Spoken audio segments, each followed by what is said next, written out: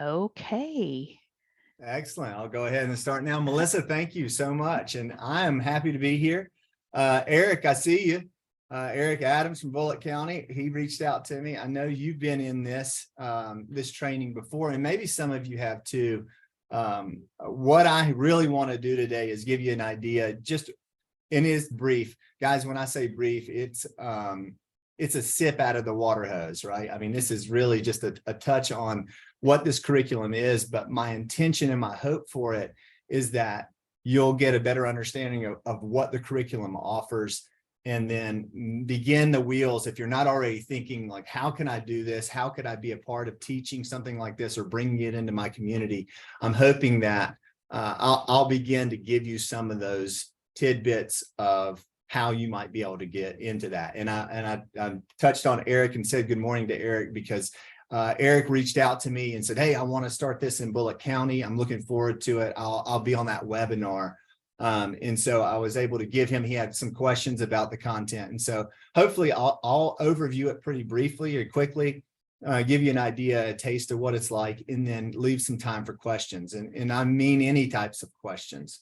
So what you'll see today in my training is a little bit of how I train agents. So I am connected to the university. I'm a family scientist. It means I've got a PhD in psychology and sociology, kind of a combined mixture dealing with families, and specifically how we look at family process and systems theory. How do we mitigate things that are destructive to families, or how do we remove barriers from families so that they can continue to be healthy units?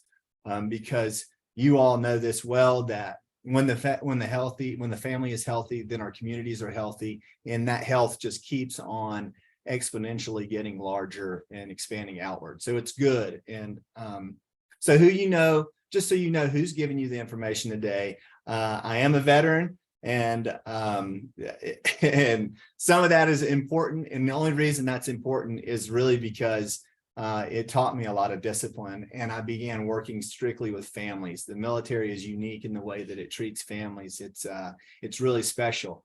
It does a lot of work in working to keep that family unit tight, because they know the removal of one individual from that family has a big effect, and it can be detrimental in times, and has been. And so really working, the military is really unique in the way that they work with families, and they really value a lot of that family protection. I've been an instructor and educator for 21 years. I'll be married this year for 20 years, and that's hard to believe because I'm only 23. No, I'm just kidding. I've been a father for 12 years, 2 kids. Even Elijah, you get to see him there. They really have helped me become the expert, if you will, and they would gag themselves if they heard anybody call me a parenting expert. You teach with humility, and my kids teach me a lot of humility. So I've been a family therapist, an individual therapist for 4 years, so I understand a lot of issues that and struggles that come up in families, and I'm also a researcher, and so hopefully you'll begin to see all of that. But I thought that was important because I'm not just somebody who went to a training and then picked up this curriculum and said, hey, I'll try to teach people about it. The curriculum, this is kind of what I wanted to do, is just go over this curriculum. I'm going to show it to you. When it comes to you, and of course I've got this graying screen, when it comes to you, it is a pretty large packet. There's a lot of information. So you imagine 45 minutes. I'm not going to cover it all to the depth of its degree, but I will cover it to what I think will prepare you at least to get an understanding and say, hey, I'm curious about it. I want to learn more. I've taken it and put it in a binder, and that's kind of hard to see too, but I've tabbed it out a lot. And what's interesting about it is that it comes with a lot of resources, and we'll talk about what comes in it. But hopefully at the end of this, you'll understand what those workshops are. It's an 8 session is what they call it, 8 session. Don't let that fool you. There is a ton of content you could do. You could teach this content, I believe, for multiple years with the same group, and I don't think you would have to recycle the content. I think you could take your time and really go 2 years with this content. Why is it important? You all probably know this, well, but 11% of children in Kentucky live in kinship care. That's the highest in the nation. 1 in 10 basically are in that stat. And that's a 2019 stat, I believe. Neonatal abstinence syndrome, which is the process of addiction in utero. So children who are moms who are pregnant, who are active users, oftentimes that use gets into the bloodstream of a child in utero, and they themselves become addicted. That's become increasingly more. We're seeing more cases every year, 24-fold since 2001. We've increased, and that's roughly around 100 new cases of neonatal abstinence syndrome each month in Kentucky. Opioids are most commonly the substance that's identified in those neonatal abstinence syndrome. And the rates of relapse are, like most other chronic diseases, 40 to 60%. And so why, you're like, David, that's good information, but why are you telling me that? The reason I tell you that is because it's important to be honest with the families that we work with. When we have kinship families, a lot of times they are taken by surprise at the situation they find themselves in caring for these children. Now, we have with that being said, there are a lot of people in the communities that knowingly take on the responsibility of maybe their nieces or nephews or a sister's children or what have you. However, a lot of times grandparents are finding themselves in this situation due to a phone call that says, hey, your daughter is here. This child has been born and we are removing them from the home. They're not safe. Your child is addicted, and we want to know, would you like to take care of these children? And that is a right now kind of decision. And so a lot of times that creates something they weren't equipped for. And so we have seen over the years families that come in with the expectation that this is only going to be for a couple of months. While I want to hear that and hold those hopes for them, I try to be as honest in letting them know that might be, I would prepare to be in custody or in care of these children for longer than 3 months. All right, so what do I do? So this is kind of what I tell my agents is that, one, you're not a therapist, so do not therapize. Facilitate and conduct. You're not conducting therapy. You're not listening and providing as much feedback about situations. For instance, a lot of kinship families will come into these groups and begin to ask personal questions like, hey, the mother tried to pick up the child when they're high. Should I call the police? We're not allowed to answer that question. While I can understand that's not a safe situation, I cannot provide information because I'm not an expert in the field to provide that information. And so just remembering that you're not a therapist and staying within what we call it in the military, stay in your lane, right? Be honest about the limitations that you have and what you know, and that really what you're doing is facilitating discussion. And most of those questions and answers are probably going to come from the group. Not needing to know the answer is important. Remind yourself, again, you're not a therapist, so I don't have to know this. And sometimes the answer is, I don't know, and that's okay. Good facilitation is less talking. You'll note that I'm not facilitating today. I'm instructing, so I'm going to talk a lot. And then always talk about confidentiality. How do we want to handle that? People are sharing things that are personal in nature, and so we'll try not to share those. But this will be something that'll come up in your groups too, of like, how do we want to handle confidentiality when these groups form? So a little bit about the curriculum.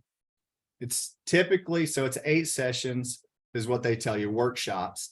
And these workshops are set up we recommend 2 hours a session. For some of you might say, I don't have that time. Don't let that be a barrier. The reason I say 2 hours is because, as you all are probably familiar, when you teach something or you have a program, people are going to come in late.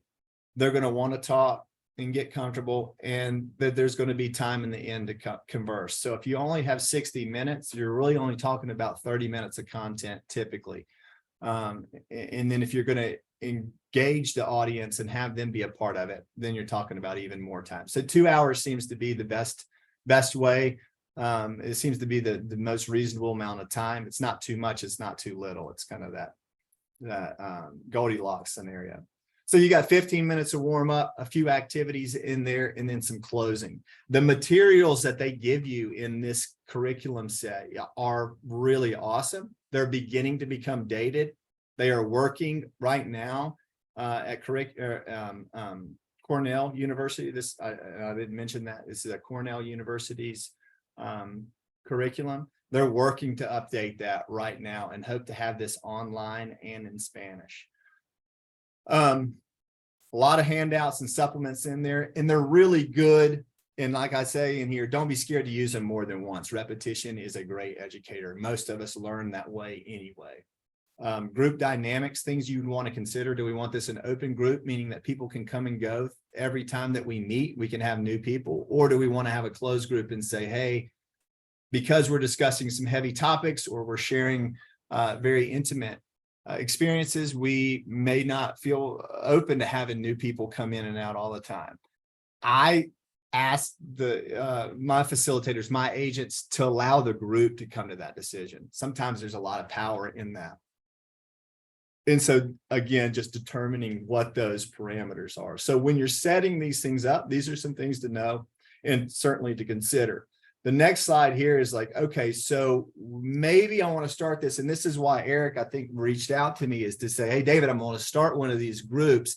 And I immediately said, hey, man, make sure you reach out to my agent in Bullitt County, because Ruth is our FCS agent. I know she has been trained on the material. She has the curriculum already, and Extension has space. And so we provide space. There's an Extension office in every county of the state, and we provide that space free when it's educational. Now, if you wanted to come and do a wedding at there, you would have to pay or whatever. But if it's educational purposes, we oftentimes allow people in the community to use our space for free if we have it available during the time that you're wanting to use it. So that's important. If you don't have a space, or maybe you're working at a school, and a school is not a place that a lot of these parents or kinship families feel comfortable, maybe using your Extension office in a partnership would be reasonable and a good idea. So find out, do you have groups already running in your county? If so, can I just partner with them and jump in on what they're already doing? How often do we want to meet? Are we going to provide some sort of childcare? Because that will be a critical component. And oftentimes meals. Those tend to be the biggest things that we find. Transportation, while it sounds like it can be and will for maybe a couple of people, it's not the biggest tripping point we find. It's typically childcare and meals. So if you can offer both, you really do yourself a favor by increasing your odds of participation. All right. So then you get into the meat. You're like, okay, I get it, David. We've run groups before. Thanks. Tell me about the content.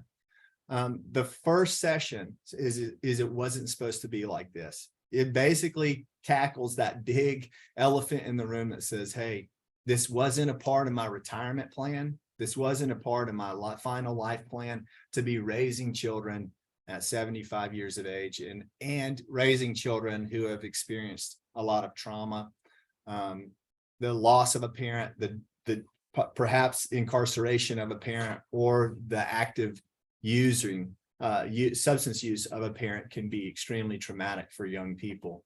And then the jostling of homes also is hung. And so what you'll see is a lot of behavioral problems. And that's something else that I typically have done in the past, is talk about what those behavioral issues are, how we see it. And this curriculum does a good job of providing some materials that can get you into that space and begin having those conversations. But for this first session right here, it wasn't supposed to be like that. It's basically this idea of, I'm going to hold space to process feelings. I'm going to allow my group to begin to connect. And I'm telling you, as groups go, this is critical. And you can see it when you look at AA meetings. If anybody's familiar with the substance abuse and Alcohol Anonymous, the way that they tackle problems or groups are oftentimes through the organic sharing of problems. And what that does is it knits that community in really tight. And oftentimes you begin seeing the community help its own. And that's really what this curriculum is trying to do. It's trying to create that atmosphere where people in the community are beginning to help each other. It's just connecting the resources. So it really kind of comes to this constant theme that runs through this session is that we all appreciate being validated. It's just a validation process of allowing people to say, hey, I don't want to do this. Now, it's not just me opening a conversation. Again, you see how the thickness of the curriculum. There's different activities that you can do that help get to this, that help drive the individuals in the groups to having these conversations.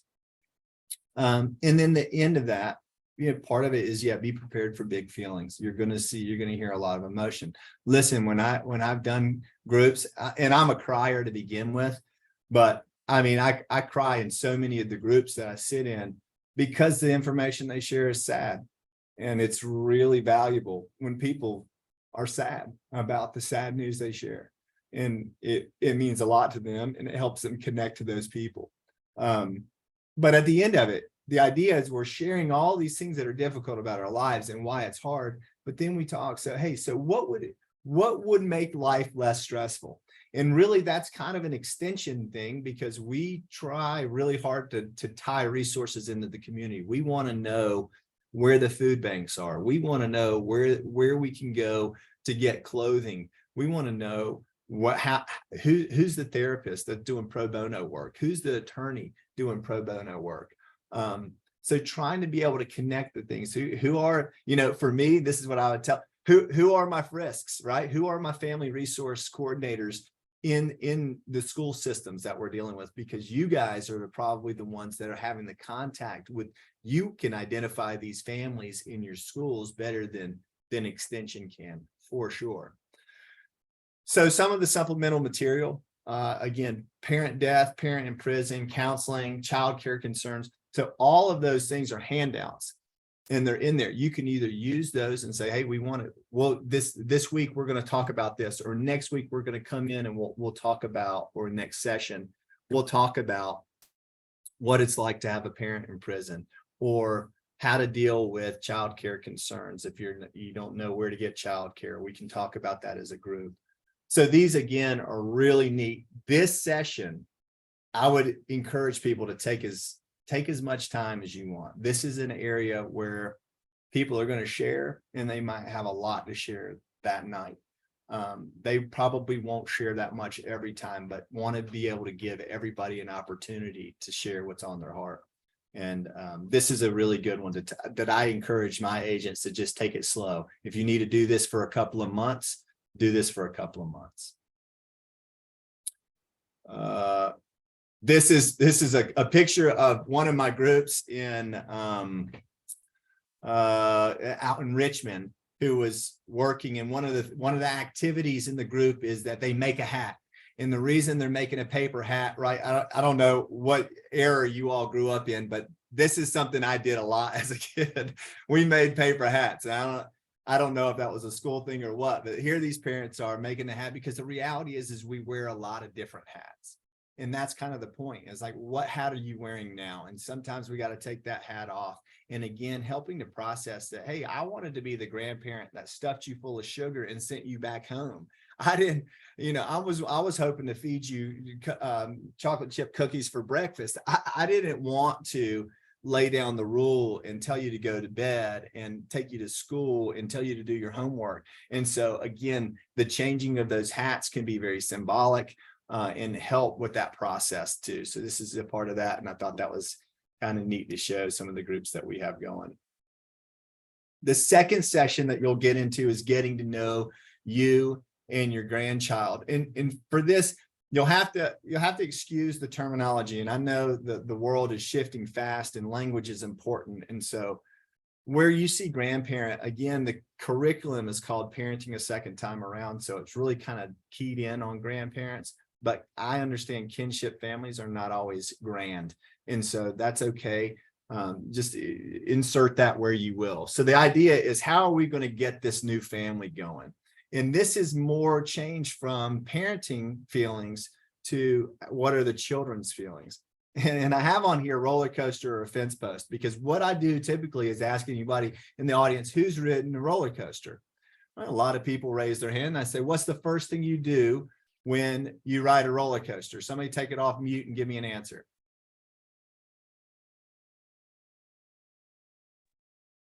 Put on a seatbelt. See, that's right. Exactly. What the funniest time, the first time I ever did this in a conference, a woman yelled out, "Pray." And I was like, not a bad answer. Not a bad answer. But the reality is, yeah, somebody said seatbelt, right? Checking that belt, checking that bar that comes down on you, because you're like, dude, I want to make sure this thing does not drop me midstream when I'm in that loop-de-loop. The reality is the same with the fence post. When you drive a fence post and set a post, the next morning after you get up, you want to make sure that post is solid. And so what do? You grab a hold of it and you give it a good firm shaking.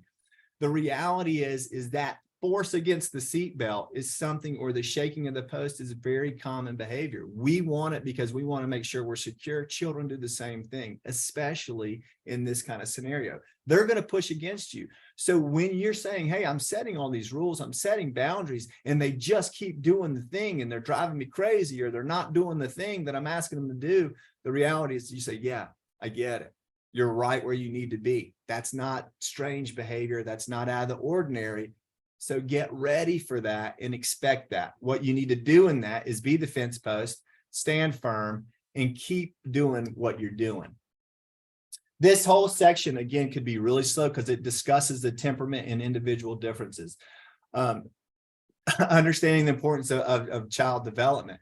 I took my son at a 5-year-old appointment when he was 5. He's 10 now. But at 5 years old, we went to the pediatrician. We're sitting in there. We're working a little puzzle, and there's a boy. He's sitting down on the floor, and I don't know, he's 2, maybe 3 years old at most. And he's playing with some blocks. And the parent is engaged on their phone, not really engaging with the child, but at some point decides they want to take a break from the phone and engage with their child. And the parent says to the child, hand me a blue block. And the child reaches down, grabs the yellow block and hands it up. The parent says, no, I said a blue block. Child gets scrambly, reaches down, grabs another block, hands it up. It's a red block. The parent at this time gets extremely upset and says, no, it's the blue block. It's on your right. Now, if I were standing in front of you, I'd say, what's wrong with that scenario? The moms in the crowd would tell me a child at 2 or 3 years old doesn't know their right from their left, and they don't know their colors typically. Some children do. The reality is the expectation of the father or the parent at this point was way beyond the realization of what the child could do. The child was beginning to get nervous because it understood the fact that it wasn't doing what the parent was asking, but the parent was asking something the child had no ability to do. That's where frustration lies, right? The parent was thinking at some point that maybe this child was disobeying me, that this child was not doing as I asked and was being rebellious. But the reality is it couldn't do that.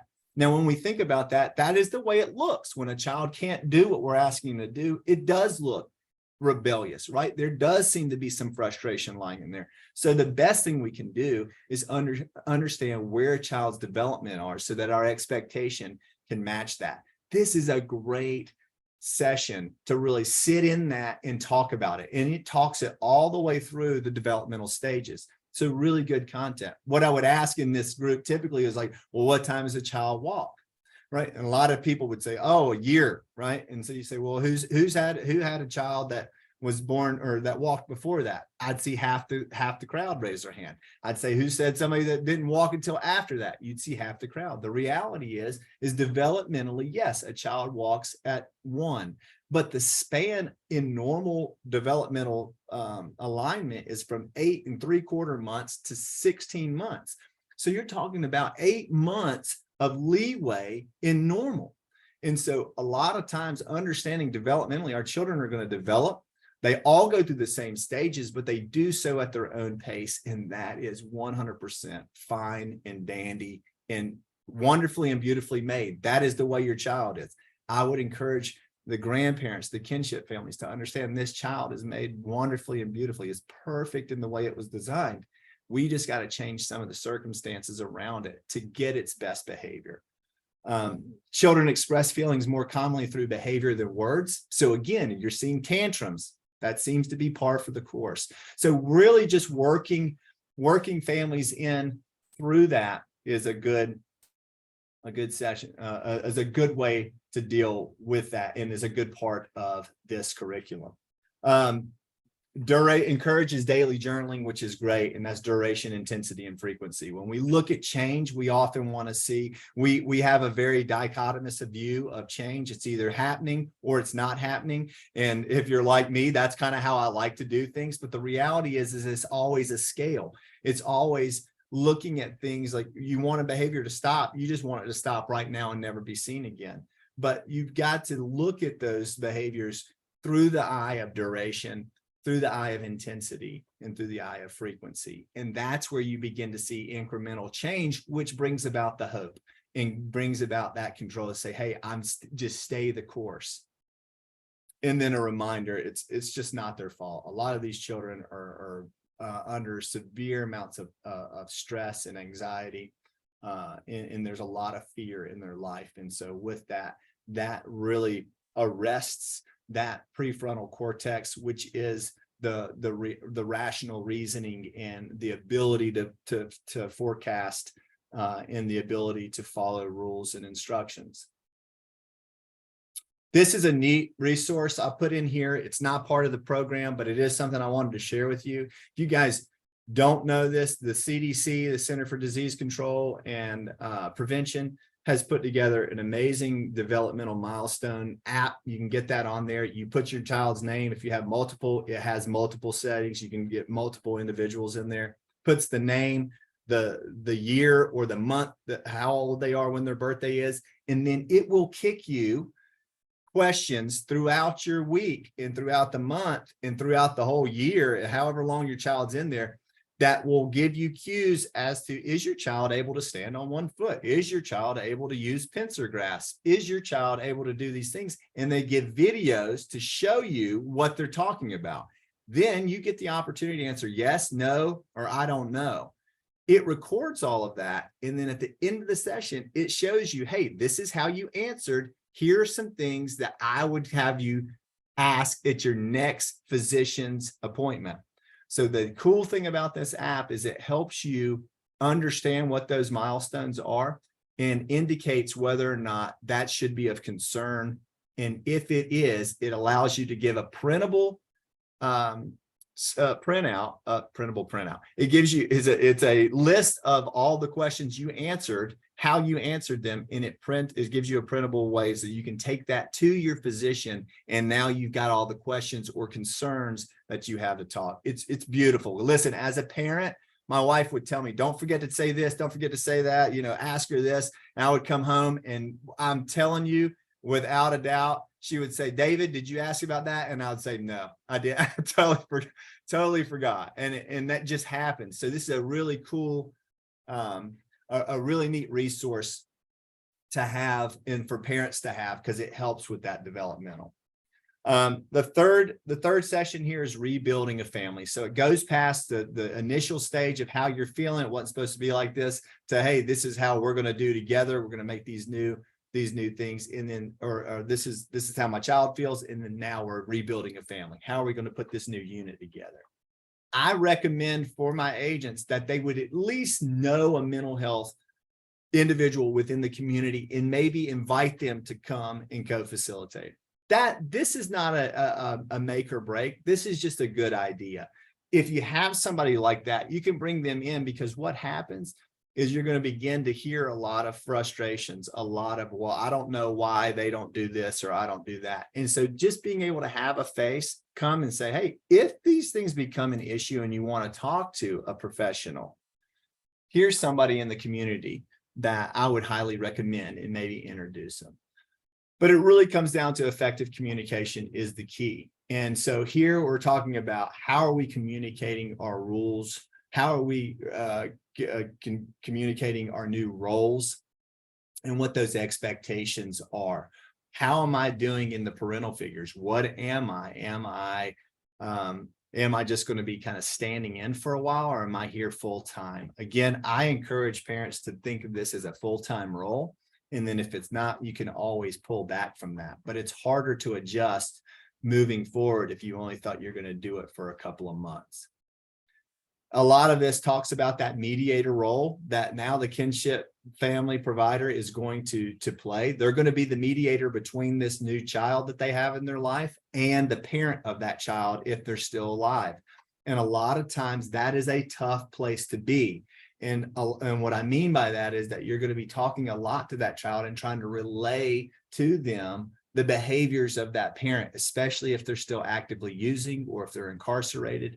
It can be difficult because there are broken promises. Hey, I promise I'm going to be there. I'm going to come pick you up on Sunday.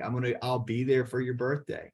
And now all of a sudden they don't show up and the child's brokenhearted. And this tends to be a reoccurring theme in a lot of families. And so talking to the children and saying, you know, mommy's sick or dad's not well. And so a lot of times their illness means that they can't always make it when they want to.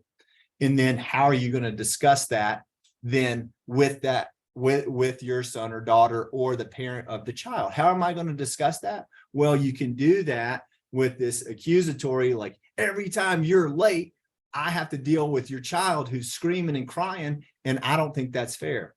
That probably never ends well for anybody. And so going for more of a solution focused, and this curriculum really actually gives you several scenarios and lets you as a group figure out what that solution focus should be, instead of saying, hey, I'm not attacking you, but hey, I noticed the past couple of times Sally has been really excited for you to show up and you didn't come, and it was really hurtful. I wonder how the two of us can work together, that if you don't think you're going to be able to make it, how I might be able to do that. Maybe moving forward, instead of telling Sally you're coming, just let me know.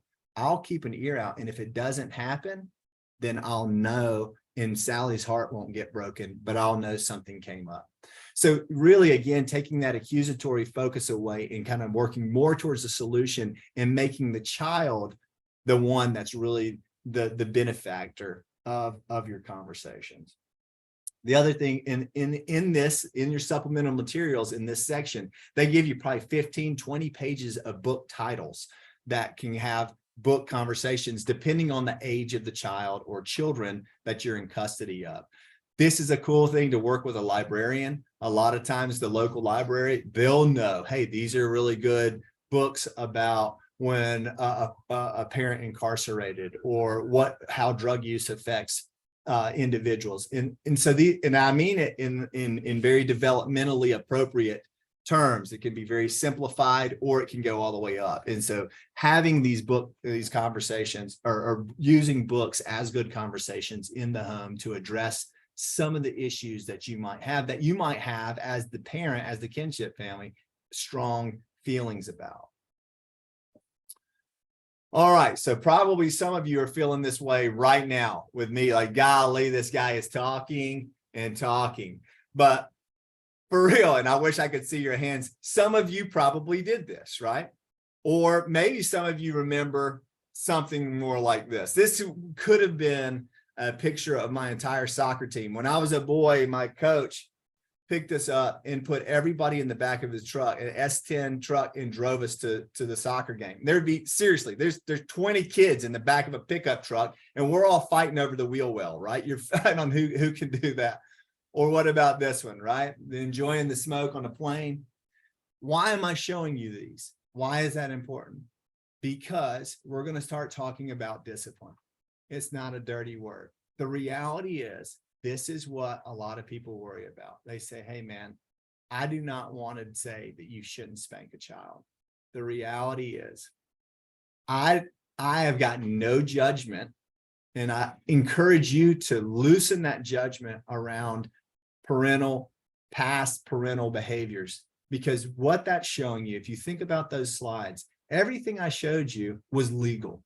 Not only was it legal, it was encouraged. Hey, your kid needs a nap, put him in the backs, stuff him up there in the window and let him take a cup, get him catch some Z's. Hey, I don't know where everybody's going to sit. No problem. I got a pickup truck. They can all get in the back. all of these things, smoking on a plane, it was for relaxation. She had her eye patches on. She was checked out. We now know those are not healthy behaviors. We now know riding in the back of a truck is illegal. And we now know that if you stuff a kid in the back window of your vehicle, chances are you're going to jail, okay? Or that child's being removed from the home. The reality is that all of that was legal, but now we know better.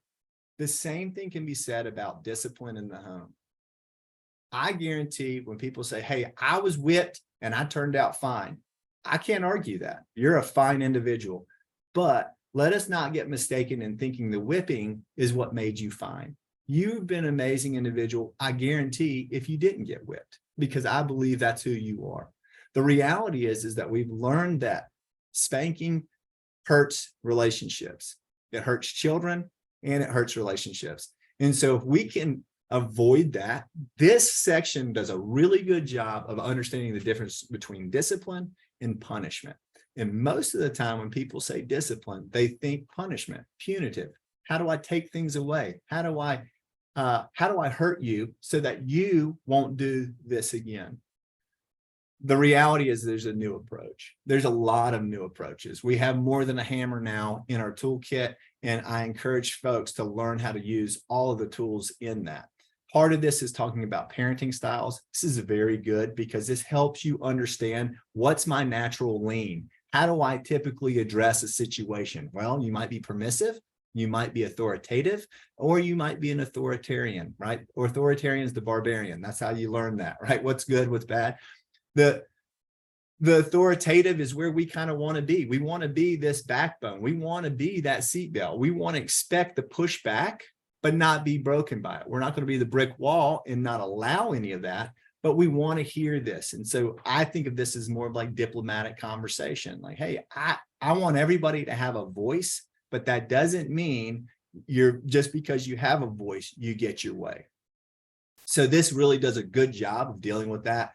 Talks about dealing with difficult children. What temperament? Difficult children are normal. The fact that you have one sounds right to me, right? If you came to me and said, this is easy peasy, I'd say you're not parenting.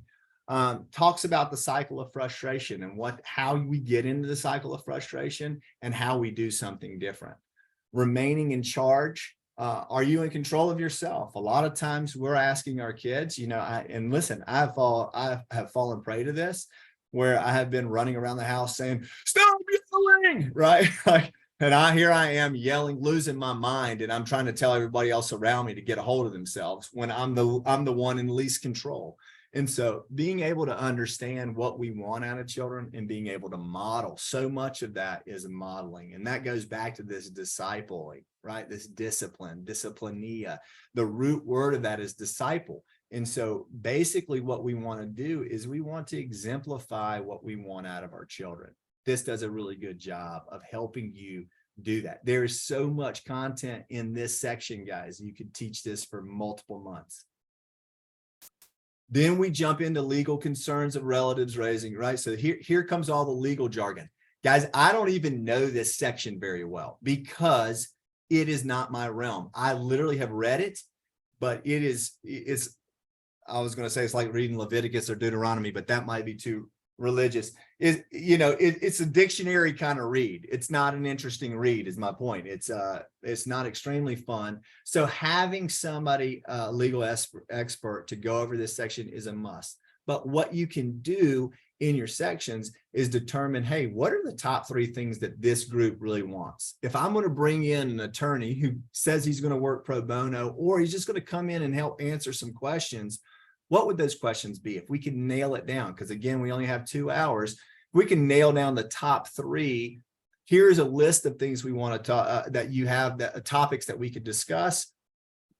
Which ones do you want? Have everybody take a vote and then email that individual in your community and say, hey, here are the things that we would like to discuss. There are more topics, but these are the ones that we felt were most important for tonight's session. So allowing them to come in with that kind of understanding and then giving them what they need. Each group is different, and maybe throughout the year these change. And that's, again, what's nice about the curriculum is that it can continue to provide that information. All of these topics that are in there that I have listed here are in that curriculum. And so you can begin to talk about what's the difference between being a custodian and being a foster parent. Those are two very different terms, and monies are not always related to, or monies are not tied to one of those. All right, so then you jump in from there, you go into standing up for grandparent and grandchild. So standing up for them. So this is teaching you how to be an advocate. Listen, this is Harvard did a study, and they were looking at academic success of a child, and they identified the number one indicator of academic success, the variable with the highest variance was being an advocate. And what that means is talking to your school, letting them know, hey, and teachers, this is how my child learns. These are some struggles my child has. This is some things that they've asked for. Is there ways to get this? Here's a learning, my daughter has dyslexia. And so for years, I introduced every year. The school got tired of seeing me, but I was there to say, hey, she's a quiet kid. And so they tend to sit her next to the troubled kids, but she has a hard time paying attention. And that troubled child is making a lot of commotion or wants to talk to my daughter. I need to make sure that she's not sat next to somebody that's as disruptive. Is there any ways that we can move that? The school always worked with me. I'm not saying that's always going to be the case. However, me being a part of that and helping provide, otherwise, if I was just a child, my child would be suffering through that whole year. And so being able to say, hey, is it easy enough to just move her to another desk? Is there another area? Can she get quiet time when she takes tests? All of this is important. It goes through this, what it means to be an advocate. It provides, when I'm saying it, I'm referring to the curriculum. It provides confidence, organization, persistence, and energy sheets that says, hey, here's a call list. When I'm calling the school, or I'm talking to a medical doctor, it literally gives you filled out blanks and questions. You ask the question and then you put the information down. Who am I speaking with? You write their name down. Hey, what's your role? You write that down so that when you come back to that log, you know who you've talked to. Because listen, it is tough to go through the systems that are designed to not always be as helpful. And so a lot of exploration is taking, and I'm telling you something that's great about this. I have participant sharing is key. The reality is that the families in your groups hold the most knowledge about these systems because it's been trial and error for them the whole time. All right. Grandparents. So we're getting into the last couple.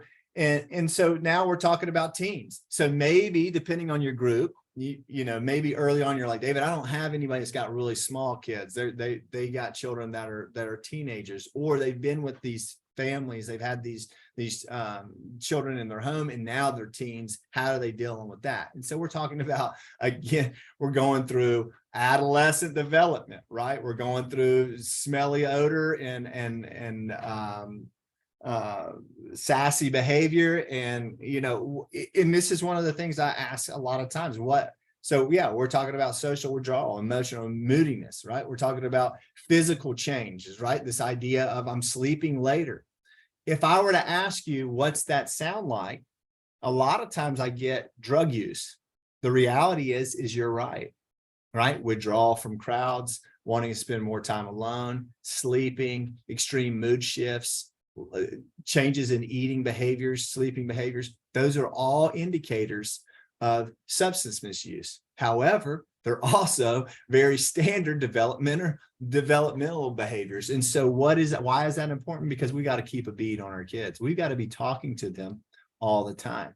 It's the way in which we handle these situations when they're moody that keeps them coming back. And so this curriculum does a good job of helping you kind of sort those things out, gives some good questions about how would I do that. It gives a lot of scenarios that you can break them up in groups and say, here's your scenario. How do you handle this situation? And really just talks about the intellectual ability of children at that age in allowing them space, right? Giving them enough rope to hang themselves, but standing close enough by that you can cut them down. The reality is we want our children to mess up so that they can learn. That's a natural way that most of us learn is through the mess up. protection is oftentimes prohibitive and prolongs that process. Erik Erikson said that if every child didn't have a psychosocial crisis, they would not fully develop into the next level. And so a lot of times our parenting styles have shifted over the years to where we're so protective and we do that we, in true definitions case of the word, retard our children. We keep them from advancing because of our desire to do it. And what we do is we ruin their attitudes and their maturity. And it's terrible. And we see a lot, you can see a lot of that today in our society. Limit setting, how do we do that? Healthy risk taking. And I would ask a lot of times, I'd say, well, what's healthy risk taking, right? Like learning to drive, asking a girl or a boy out to the dance, asking or trying a new sport, trying out for a team sport, right? We want all of these things because there's high risk and there's a lot of reward in being able to do that. But they're safe enough to where if they fail, it's not detrimental, but there's a teaching lesson in that. And so understanding that healthy risk taking is normal and necessary. Talks about goals of teen behavior, what it is for belonging, power, protection, withdrawal. And what I'm talking about there is that these are the top reasons why a child would struggle with a parent. The reason that we see them misbehaving is often because of a lack of feeling like they belong, a power struggle, the need to have power in their own decision making, protection, they don't feel protected and they don't feel taken care of. And then the final is withdrawal. And these are actually in the power. I say final. The challenge would be one that I don't always agree with, but it is there as well. Withdrawal is oftentimes, these are progressive from standard easy behaviors to we probably have a problem when the child is withdrawing altogether. Things have gotten bad and we want to address that. This section goes through all of this, and it's a really, again, one that you can spend a lengthy amount of time. In case you didn't know, this section is living with teens can be challenging. I think that's a slight understatement, possibly, but again, it talks about these risky behaviors. It really talks about substance abuse and what those indicators are and strategies that if you feel like that child is, here's some strategies that you can use and engage to find out what the best thing to do for your child. Teen stress, again, this DIF, this duration, intensity, frequency. Serious concerns about behaviors. They talk about how you might want to react. There's a resource list. This is something that I always encourage my agents to do, is have a resource list. If we're going to talk about therapies, if we're going to talk about substance misuse, if we're going to talk about maybe sexual misconduct, we want to have those ideas. The health department, we want to have a counselor, we want to have substance misuse or substance use counselors in our area that might be able to come and contribute to content as well. These would be good things too. Those are all supplemental materials. If we can use the resources within our community, you can supplement that as an evening. Hey, we talked about this last time we met. I thought it would be helpful to bring somebody in from the community who deals with this all the time, and maybe we could pick their brain. They might be able to present a little bit, but then open that up for questions so that, again, the parents or the kinship families that are in your care or coming to your group get the resources that they need. Again, that's a really neat piece of this curriculum, is that you can tailor it to your groups and keep running groups all the time. Social media, understanding social media, it actually walks a kinship, a grandparent through the process of getting a Facebook page, which we all know is almost outdated, right? Facebook is just for people my age, right? None of the kids use it anymore, but it's helpful in a sense to just have them understand what social media is, how we can tie in and keep an eye on our children, because so much of our struggles are coming from social media with the young people. So I recognize our time. This is some resources. I will share this. If that's all right, Melissa, I can share this content with you, or if you want to take a capture, if you guys want to take your phones out and take a quick picture of this, the University of Kentucky College of Social Work has a kinship fictive kin care, and it is awesome. They are doing a webinar free every month. If you go on there, you can get linked into their get on their listserv, and they'll hit you every time that something like this is coming up. They'll give you the email and it'll tell you, hey, do that. And they do it in the evenings, and they record them all. So even if it's not a time where your group meets, you can go back to that recording and just use it as an evening if it's talking about a topic that your group finds important or relevant. That's that. I will make sure to add all of this onto our webpage where we put the Wednesday webinar information. So awesome. And the last one I would say there is the kinship families. Listen, if you guys haven't been to this website, please go to that. This kinshipky.org. If you went, and this is why, because when you have, a matter of fact, a lot of you might already be on this site and don't even know it. Because a lot of family resource coordinators are in this group. And one of the things I like about that is it takes there's a picture of the whole state, and every county has its own identified the block of the county. And if you click on that county, it'll tell you everything, all the resources that have been identified in that county that are currently running. So maybe there's another group. Like I say, go into your own county, click on it, and find out what's happening already in your county. And this is just a good way. And if you start something new, maybe reach out to Norma. This is Norma Hatfield. She is a grandparent of some children that she has now have in her custody. And she is amazing. She tells her story and is very connected. If you've gone to any GAP conferences, she's probably there. Grandparents as parents, she's probably in the mix of all of that. She's amazing. She's wonderful. If you go here, you can actually see videos of me and her having conversation about every one of the topics that are in this curriculum, and how those groups typically run in extension. And that's it, guys. That was if you live in one of these counties. These are currently running right now. I believe we have more, but I haven't been updated from that. If you're in one of those counties and you say, hey, I want to have a pasta group, know that there are already something like that running. You're welcome to start another one. And listen, there's enough to go around, and we don't feel like we need to hold our own territory here. We're not territorial. If you want to work another group, we would love to support you and help you. So please, by all means, reach out to Extension. And that kind of wraps me up. I know that was that might have been a bumpy landing there. We kind of went straight from flight to being grounded. I'm happy to answer questions at this point. I want to give you guys some time, so I'm going to stop, and please feel free to ask. I see there's a lot of chat there. Let me look in here. I had a lot of thank yous and a lot of comments about how useful this information was so far in the chat. And I learned a lot in the last hour. Thank you. You're so well. $75 is okay. all this costs. I'm sending it right now. No. Okay. It's $75 is all that this costs, which is really, I think it's only a printing cost. I promise you, they're not making $1 on that. I don't know how they've kept it at $75. It's not a heavy lift. You only need one. It's a facilitator's manual. It's not something for everybody.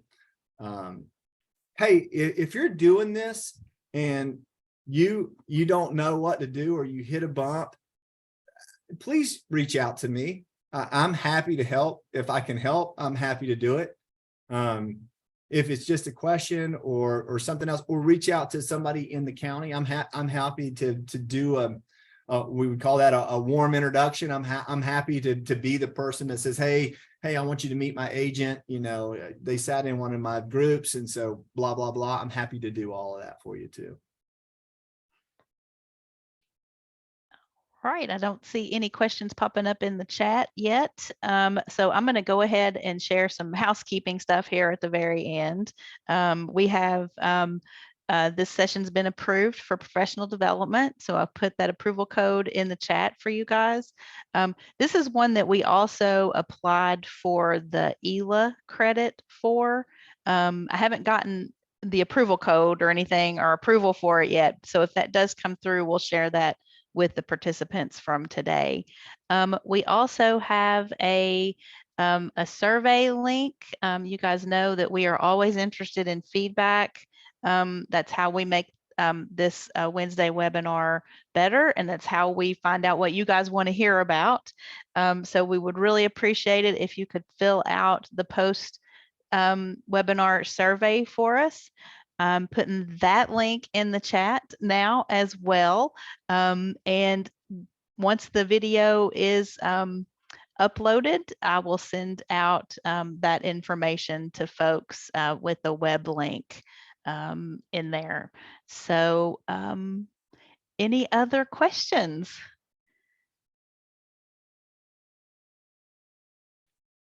All right, David, thank you so much. We really appreciate your time this afternoon. And wow, I mean, that was really informative. Like I said, I learned just a ton in that last hour. And I wrote down the roller coaster or fence post example because that was like an aha moment to me.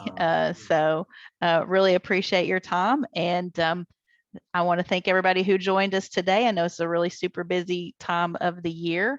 Our next Wednesday webinar that's currently scheduled, we may have another one later in May. We're working on that. But June 7th, we will have Dr. Damian Sweeney from Kentucky Department of Education, who's going to be talking with us about diversity, equity, and inclusion.